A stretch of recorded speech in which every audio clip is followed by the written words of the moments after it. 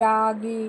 तब श्रेष्ठ मुनि ने जाकर शयन किया। दोनों भाई उनके चरण दबाने लगे, जिसके चरण कमलों के दर्शन एवं स्पर्श के लिए वैराग्यवान पुरुष भी भांति भांति के जप और योग करते हैं।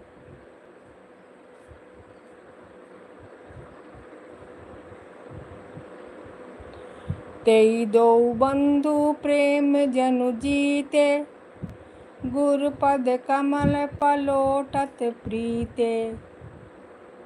बार बार मुनि आज्ञा दिन्हि, रघुबर जाई शयन तब किन्हि। वे ही दोनों भाई मानो प्रेम से जीते हुए प्रेम पूर्वक गुरु जी के चरण कमलों को दबा रहे हैं। मुनि ने बार बार आज्ञा दी, तब श्री रघुनाथ जी ने जाकर शयन किया। चापत चरण लखनऊ उर लाए, सभय स्वप्रेम परम सचु पाए। पुनि पुनि प्रभु कह सोवहु ताता, पोढ़े धरि उर पद जल जाता। श्री राम जी के चरणों को हृदय से लगाकर भय और प्रेम सहित परम सुख का अनुभव करते हुए लक्ष्मण जी उनको दबा रहे हैं। प्रभु श्री रामचंद्र जी ने बार बार कहा, हे तात, अब सो जाओ। तब वे उन चरण कमलों को हृदय में धर कर लेट रहे हैं। दोहा। उठे लखनऊ निशि विगत सुनी, अरुण शिखा धुनि कान। गुरते पलहि जगतपति, जागे राम सुजान। रात बीतने पर मुर्गे का शब्द कानों से सुनकर लक्ष्मण जी उठे।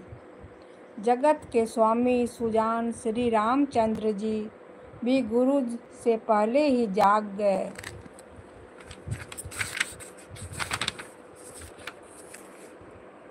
सकल शौच करि जाई नहाए, नित निबहि मुनहि सिर नाए।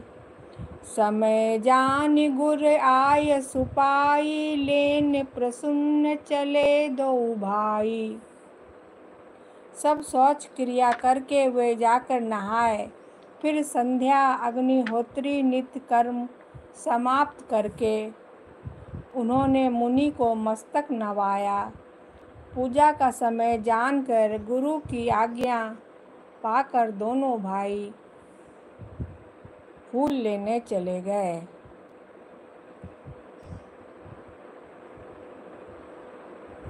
भूप बागु बर देखहु जाई, जहाँ बसंत ऋतु रही लोबाई।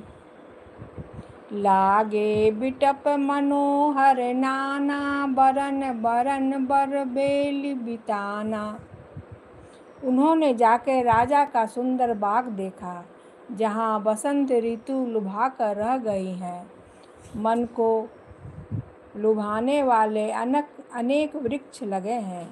रंग बिरंगी उत्तम लताओं के मंडप छाए हुए हैं। नव पल्लव फल सुमन सुहाए, निज संपत्ति सुर रुख लजाए।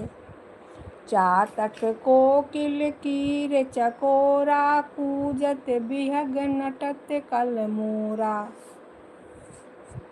नए पत्तों, फलों और फूलों से युक्त सुंदर वृक्ष अपनी संपत्ति से कल्प वृक्ष को भी लजा रहे हैं। पपीहे, कोयल, तोते, चकोर आदि पक्षी मीठी बोली बोल रहे हैं और मोर सुंदर नृत्य कर रहे हैं। मध्य बाग सरु सोह सुहावा, मणि सोपान विचित्र बनावा। विमल सलीलु सरसिज बहुरंगा, जल कूजत गुंजत भृंगा। बाग के बीचों बीच सुहाना सरोवर सुशोभित है, जिसमें मणियों की सीढ़ियां विचित्र ढंग से बनी है। उसका जल निर्मल है, जिसमें अनेक रंगों के कमल खिले हुए हैं। जल के पक्षी कलरव कर रहे हैं और भ्रमर गुंजार कर रहे हैं।